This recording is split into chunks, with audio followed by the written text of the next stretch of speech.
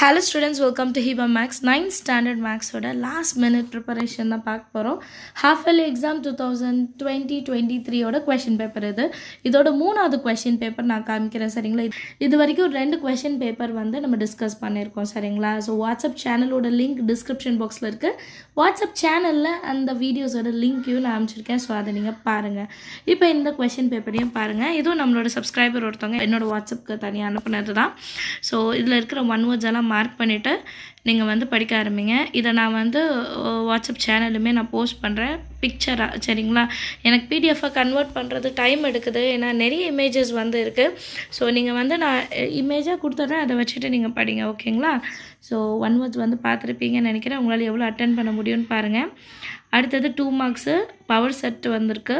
Verify n of a minus b is equal to n of a minus n of a intersection b.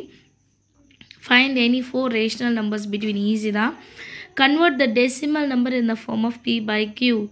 அடுத்தது rationalize the denominator. Add the polynomials. ரெண்டு polynomial கொடுத்து add பண்ண சொல்லிருக்காங்க, easy தான். அடுத்து GCD sum ஒன்று. angles of a triangle ரேஷியோவில் இருக்கு, ஒரு ஆங்கிள் கண்டுபிடிக்கணும். அப்புறம் டயக்ராம் கொடுத்துட்டு எக்ஸோட வேல்யூ கண்டுபிடிக்கிறது. டயக்ராம் கொடுத்துட்டு கண்டுபிடிக்கிறது கண்டிப்பாக கேட்குறாங்க, ஸோ பார்த்துருங்க. அப்புறம் 2 பாயிண்ட்ஸ் கொடுத்து distance between. Find the centroid of the triangle whose vertices. So centroid ஃபார்மில் தெரிஞ்சால் போதும், ஈஸி அதெல்லாம். அப்புறம் evaluate sine 45 degree cos 45 degree, அதை டேப்லோ காலத்தை மனப்பாடம் பண்ணிவிடுங்க. cosecant a is equal to secant 34, then find a value கண்டுபிடிக்கணும். அப்புறம் symmetric difference p del q easy தான், கம்பல்சரி பாருங்கள்.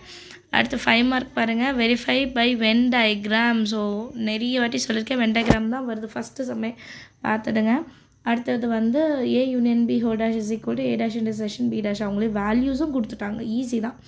தேர்ட் கொஷின் பாருங்கள், 1.6லேருந்து வந்திருக்கு வேர்ட் ப்ராப்ளம் சம்ஸ். ஃபர்ஸ்ட் லெசனே பாருங்கள், 3 கொஷின் ஃபர்ஸ்ட் லெசன்லேருந்து ஈஸியாக அட்டென்ட் பண்ணிடலாம். 32 வந்து நம்பர் லைனில் வர்றதுன்ட்டு நான் ஆல்ரெடி இம்பார்ட்டன்ட் கொஷின்ஸில் ஸ்டடி பிளான் அப்போது நான் இதெல்லாம் மார்க் பண்ணியிருக்கேன். And ascending order stretch sums. அப்புறம் ஃபேக்டர் தியரம் வச்சுட்டு நம்ம பாலினாமியல் சால்வ் பண்ணுறது. அடுத்து இந்த a + b + c some 3 question பேப்பர்லேயே இருக்குது. கொஷின் நம்பர் 35 3 கொஷின் பேப்பர்லேயுமே இருந்தது, ஸோ ரொம்ப இம்பார்ட்டன்ட் பாருங்கள். அப்புறம் ஃபேக்டரைஸ் ஒன்று நீங்கள் சிந்தட்டிக் டிவிஷன் பண்ணலாம். அப்புறம் chord of length 4th lesson நினைக்கிறேன், ஈஸி தான் அதுவும். அடுத்து plot the following points in coordinate plane, join them in order. So என்ன ஷேப் வருது அப்படின்னு கேட்குறாங்க. அடுத்து show that the points taken in order form a vertices of parallelogram. So என்ன பண்ணும், opposite sides are equal and the diagonals bisect each other. அடுத்து tan a 2/3 கொடுத்துட்டாங்க. So all other trigonometric ratios easy தான், 6.1. அடுத்தது find the value of கொடுத்துருக்காங்க. டேப்லோ காலம் ஞாபகம் இருந்தால் இதெல்லாம் ஈஸியாக பண்ணிடலாம். அப்புறம் 75 தான் கேட்டிருக்காங்க. 75 ஸ்ப்ளிட் பண்ணிவிடுங்க, 48 243 காமன் டேர்ம்ஸ்லாம் வெளியிடுங்க, ஆன்சர் வந்துடும். அடுத்து 43 கன்ஸ்ட்ரக்ட் த சென்ட்ராய்டு கேட்குறாங்க. இன்னொன்று வந்து இன் சென்டர். அடுத்து graphical method to solve the system of equation. ஒன்று x + y = 5, 2x - y = 4. அடுத்து draw the graph y = 4x - 1. ஈஸியான கொஷின் பேப்பர் தான், சரிங்களா? ஸோ லாஸ்ட்டாக நம்ம பார்த்த 2 கொஷின் பேப்பருக்கும் இதுக்கும் ரொம்ப பெரிய டிஃப்ரென்ஸ் இல்லை. அப்போ வந்து உங்களுக்கு ஒரு ஐடியா இப்போ கிடச்சிருக்கும் இல்லையா? ஃபர்ஸ்ட் லெசன்லேருந்து 3 5 மார்க்கு, செகண்ட் லெசன்லேருந்து 2 5 மார்க்கு, அப்புறம் தேர்ட் லெசன்லேருந்து 3 5 மார்க் கேட்குறாங்க. ஸோ இதிலே பாருங்கள் 3 6 8 5 மார்க் வந்து அட்டென்ட் பண்ணிடலாம். அதுக்கப்புறம் நீங்கள் வந்து கோஆர்டினேட் ஜியோமெட்ரி பார்த்தாலே 10 கொஷின்ஸ் வந்துடும். ஸோ பாருங்கள், நீங்கள் 6 லெசனில் 1 2 3 5 இது மட்டும் அட்டென்ட் பண்ணாலே கூட போதும் இல்லையா? அண்டர்ஸ்டாண்ட் ஆகுதா நான் சொல்கிறது? லாஸ்ட் மினிட்ல இருக்கேன், எனக்கு பயமாக இருக்குதுன்னு நினைக்கிறவங்க நான் சொல்கிறத ஃபாலோ பண்ணுங்கள். இப்போ சாப்டர் 1 2 3 5 இதை கவர் பண்ணிங்கன்னா உங்களால் 80% எடுக்க முடியும், சரிங்களா? அட்லீஸ்ட் 70 to 80% கண்டிப்பாக எடுக்க முடியும்.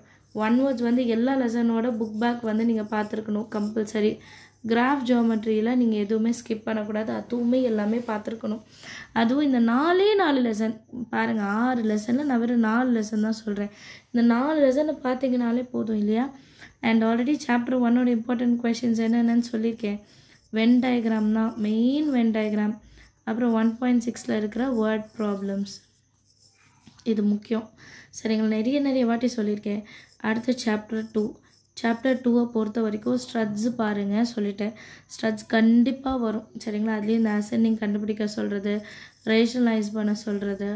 அதுக்கப்புறம் செகண்ட் சாப்டரில் வேறு என்ன இம்பார்ட்டண்ட்டு, நம்பர் லைனில் நம்ம ஸ்ப்ளிட் பண்ணி ட்ரா பண்ணுறது, இது எல்லாமே ஈஸி தான்.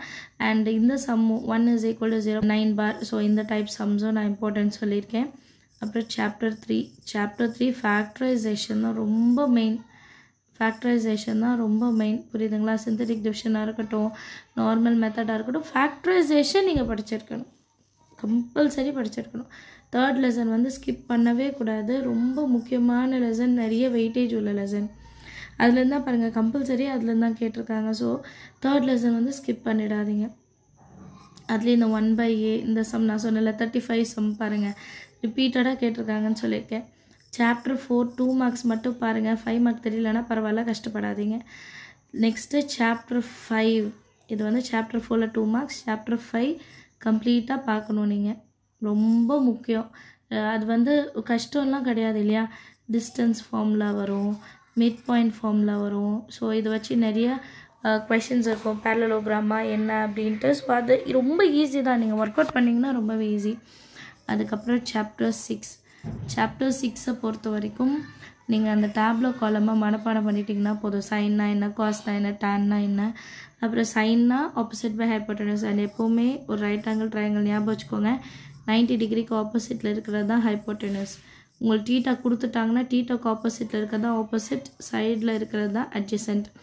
And sine and next trigonometric ரேஷியோஸ்லாம் தெரியும்னு நினைக்கிறேன். sin theta is equal to opposite by hypotenuse, cos theta is equal to adjacent by hypotenuse, tan is equal to opposite by adjacent இல்லையா.